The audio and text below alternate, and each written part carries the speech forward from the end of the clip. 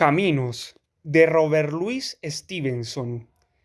Ningún aficionado negará que se puede encontrar más placer en un único dibujo que te haya llevado toda una tarde a hacer, una tarde entera sentado, tranquilo, de modo que puedas sintonizar con lo que sería el estado de ánimo del artista, del que puede obtenerse con el deslumbramiento y la acumulación de impresiones incongruentes que uno recibe, hastiado y aturdido, en una de esas famosas galerías de arte. Pero esto que admitimos aquí en relación con el arte no es extensivo a esas bellezas, llamadas naturales, a las que ningún exceso en el sublime contorno de las montañas o en las gracias de los cultivos de las llanuras podrá perjudicar de tal manera que debilite o degrade el sabor que dejan. Sin embargo, no podemos estar seguros de que la moderación y un régimen de austeridad tolerable, incluso en el escenario, no resulten saludables y fortalezcan el gusto, y que la mejor escuela para un amante de la naturaleza no se encuentra en uno de esos países que no provocan el efecto de un decorado, es decir, en los que no hay nada saliente ni nada súbito, sino un tranquilo espíritu de ordenada y armoniosa belleza que empapa todos los detalles de un modo tal que podremos esperar, pacientes, cada uno de esos leves toques que hacen sonar en nuestro interior, todos a la vez, la nota que se oculta en el paisaje. Es en un escenario como este donde nos encontraremos con el estado de ánimo adecuado para buscar los detalles más insignificantes y remotos. La constante recurrencia de combinaciones similares de colores y perfiles nos impone gradualmente una sensación de construcción de esa armonía y, de pronto, algo del manireísmo de la naturaleza nos resulta familiar. Este es el verdadero placer de nuestro hedonista rural, no quedarse anonadado ante el monte Chimborazo, no sentarse ensordecido junto al bombo de la orquesta, sino aprender día a día algo nuevo de esa belleza, experimentar una nueva sensación, vaga y tranquila, que hace tiempo nos abandonó. No es la gente la que ha ansiado la naturaleza y languidecido por ella durante tantos años de confinamiento en la gran ciudad, como dijo Coleridge en aquel poema que tanto avergonzó a Charles Lamb. No son aquellos que más progresos hacen en su intimidad con ella, ni los más rápidos en ver o los que tienen más afán de disfrute.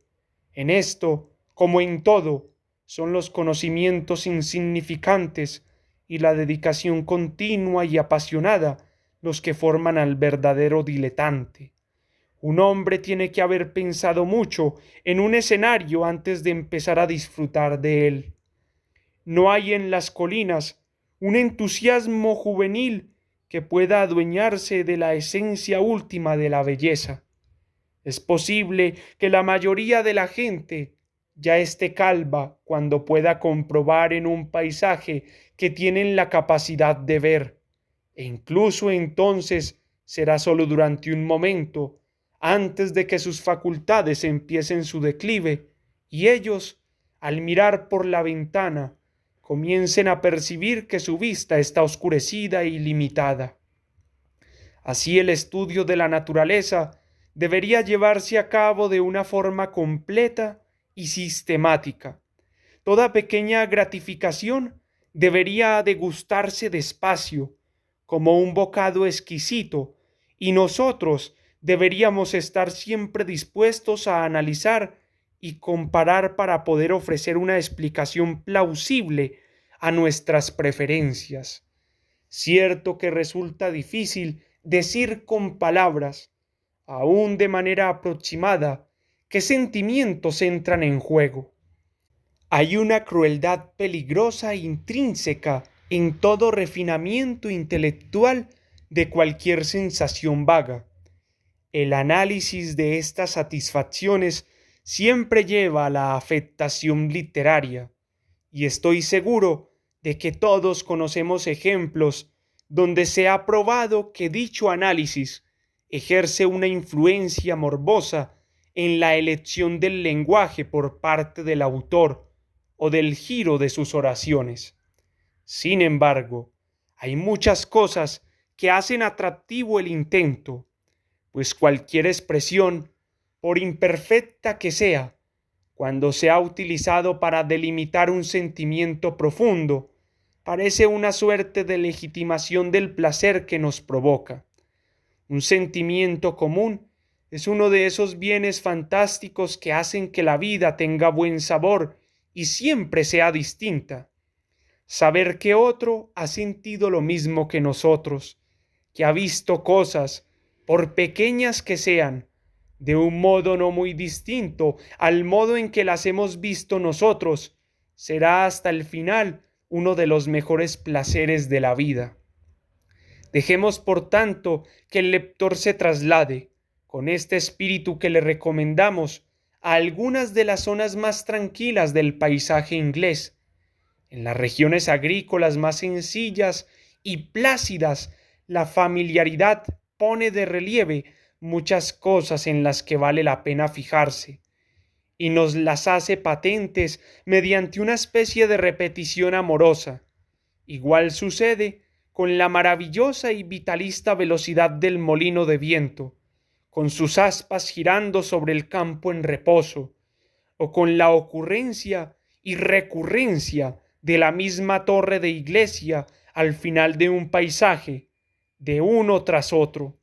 Y sobre todas estas fuentes de tranquilo placer, el carácter y la variedad del camino en sí, el camino por el que va el lector, no sólo ahí cerca, al alcance de la mano, en las ágiles contorsiones con las que el camino se adapta a la alternancia de llanos y lomas, sino también a lo lejos, cuando vea algún tramo de ese camino que asciende por la colina y brilla al sol de la tarde, se dará cuenta el lector de que el camino es un ser tan variado y ameno que le permite mantener la mente siempre ocupada.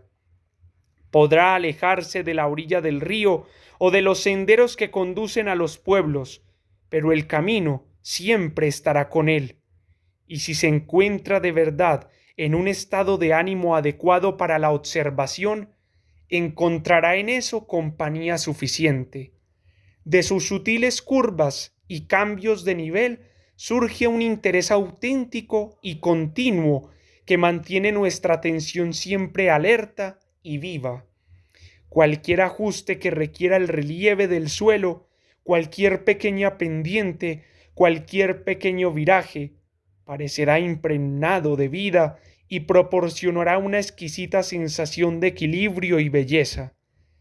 El camino discurre sobre las suaves ondulaciones del campo, como lo hace un barco por los altibajos del mar, hasta las márgenes mismas de tierra baldía que se agazapan un poco más allá, en el tramo del camino que está más desgastado, o que forman una entrante, refugiándose bajo el seto, tienen algo de esa delicadeza libre de la línea, un balanceo y una terquedad similares.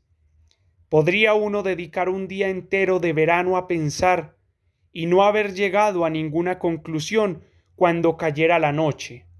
¿Qué cúmulo y sucesión de circunstancias ha dado lugar a la más sutil de estas desviaciones?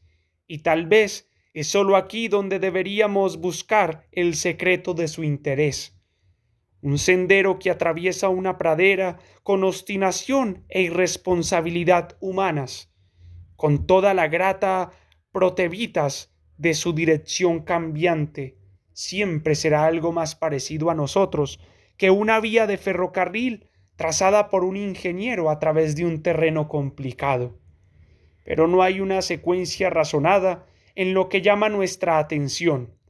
Parece como si durante un instante, sin ley, hubiéramos escapado de esa regla de hierro de la causa y el efecto, y así regresamos enseguida a algunas de esas viejas y placenteras herejías de la personificación, siempre ortodoxas desde el punto de vista poético, y atribuimos una suerte de libre albedrío, una vida activa y espontánea a esa tira blanca de camino que se aleja, se curva y se adapta con astucia a las desigualdades de la tierra que tenemos ante nuestros ojos. Recordamos, cuando escribimos, millas de carretera ancha bien trazada, con cierta conciencia de artificio estético, incluso por una extensión de terreno roto y ricamente cultivado. Se dice que el ingeniero tenía en mente la belleza de la delineación de Hrodgaard cuando la trazó, y el resultado es sorprendente. Un tramo espléndido y agradable lleva a otro, en simple transición. Nada perturba ni disloca la sólida continuidad de la línea principal de ese camino. Y sin embargo, falta algo. No hay imperfecciones, ni una de esas curvas secundarias, ni de esos pequeños cambios de dirección que, en los caminos naturales, se llevan consigo nuestra curiosidad. Uno siente enseguida que este camino no se ha formado con la laboriosidad de la naturaleza, sino que se ha cortado a medida, y que un modelo puede ser perfectamente correcto en su trazado desde el punto de vista académico, pero siempre será inanimado y frío. El viajero siente también que su estado de ánimo entra en comunión con el del camino que recorre. Todos hemos visto senderos que serpentean entre la arena de la costa y que transcurren pesados sobre las dunas como una culebra aplastada. Aquí debemos avanzar caminando despacio, con ritmo pesado y pasos lentos, y también habrá cierta comunión entre nuestro estado mental y la expresión de las curvas relajadas y nítidas del camino. Este es un fenómeno que tal vez pueda resolver nuestro intelecto, aun con cierta dificultad. Podríamos pensar que este camino que estamos recorriendo ahora se ha transformado a partir de un trato que siguieron espontáneamente generaciones de primitivos caminantes ligados a este mismo terreno, una tras otra, de la misma manera que nosotros hoy. O podríamos pensar algo más profundo y recordarnos que allá donde el aire es vigorizante y el suelo firme bajo los pies del caminante, el ojo de éste aprenderá enseguida a ver y aprovechar las pequeñas ondulaciones y se apartará, distraído, del camino recto cuando haya algo hermoso que ver o cuando exista la promesa de una panorámica más amplia. Así como un matorral de rosas salvajes puede desviar y deformar permanentemente un camino que transcurre recto por la pradera, allá donde el suelo es firme, el caminante se preocupará solo por el trabajo del progreso y caminará con la cabeza inclinada, avanzando sin mirar a su alrededor. La razón, sin embargo, no nos acompaña por toda la ruta. El sentimiento suele regresar en aquellas situaciones en las que es difícil imaginar cualquier explicación posible y, de hecho, si conducimos a cierta velocidad por una carretera buena, bien trazada, en un vehículo descubierto, notaremos que esa comunión de la que hablábamos antes es casi completa. Sentimos cómo de golpe la suspensión se asienta en algún punto curiosamente retorcido. Tras un ascenso pronunciado, el aire puro baila en nuestros rostros mientras nos dejamos caer precipitadamente al otro lado de la cuesta. Y nos resulta muy difícil no atribuir una especie de abandono, algo apresurado, a la carretera misma. Solo las curvas del camino son suficientes para animar una caminata que dure todo un día, aunque caminemos por un lugar conocido o por una región deprimente, algo que hemos visto a muchas millas de distancia sobre una elevación, lleva tanto tiempo escondido a nuestros ojos mientras divagábamos por valles profundos o entre los bosques, que cuando nos vamos acercando apuramos impacientes el paso y giramos en cada curva con el corazón latiendo fuerte. Es en esos tramos de expectación, en la sucesión de esperanzas, una tras de otra, donde vivimos los momentos más prolongados de placer de una caminata que dura solo unas horas. Es siguiendo estas sinuosidades caprichosas como aprendemos, poco a poco y a través de alguna que otra coqueta reticencia, del mismo modo que conocemos y podemos contar con un amigo, la hermosura absoluta del campo, la disposición natural del paisaje siempre deja algo escondido para mostrárnoslo después y llevarnos, como un cicerone entregado a muchos lugares diferentes, situados en diversos grados de la lejanía, antes de ofrecernos el esperado destino. En esta conexión con el tráfico y en la comunión absoluta con el campo, resulta muy hermosa esa sucesión de caminantes, de viandantes briosos, los que se toman el camino como si fuera una obligación, que recorren nuestros senderos y contribuyen a construir lo que Walt Whitman llama la alegre voz del camino público, el sentimiento fresco y alegre del camino.